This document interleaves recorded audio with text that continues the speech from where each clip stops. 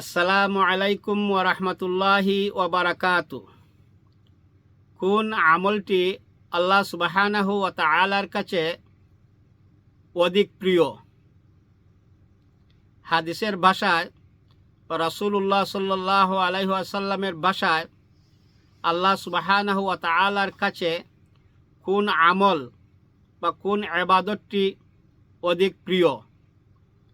আন ইবনে মাসউদ রাদিয়াল্লাহু তাআলা আনহু قال سألت النبي صلى الله عليه وسلم أي الأعمال أحب إلى الله قال الصلاة لوقتها رواه البخاري والمسلم।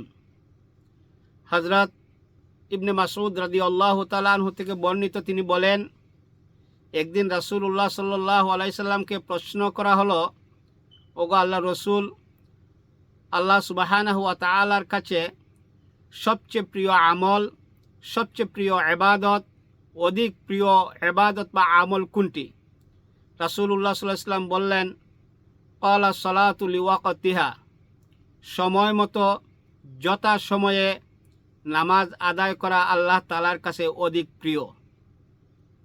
আমরা সবাই নামাজ পড়ি, অনেক সময় নামাজের বেলায় আমরা উদাসীন হই, অবহেলা করি, নামাজ পড়ব বলে লেট করে ফেলি, কোনো সময় কাদা করে ফেলি, হাতে একটু কাজ আসে সেরে ফেলি, তারপরে নামাজ পড়ব। ব্যবসায় আসি, আর একটু ব্যবসা করে ফেলি, তারপরে নামাজ পড়ব। এইভাবে অবহেলা করে অনেক সময় আমরা সময়ের একদম শেষের দিকে নামাজটাকে আদায় করি, অথবা কোনো সময় কাদা করে ফেলি। আল্লাহ রাব্বুল আলামিন সেটাকে পছন্দ করেন না, ভালোবাসেন না।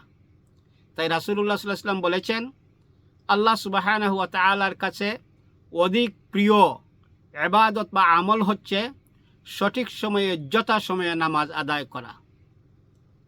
এই জন্য আল্লাহ সুবহানাহু ওয়া তাআলা মহাগ্রন্থ আল কোরআনের মধ্যে ঘোষণা করেন, ইন্নাস সালাতা কানাত আলাল মুমিনিনা কিতাবাম মাওকুতা, নিশ্চয় যথা সময়ে সঠিক সময়ে নামাজ আদায় করা একজন মুমিন মুসলমানের উপর ফরজ।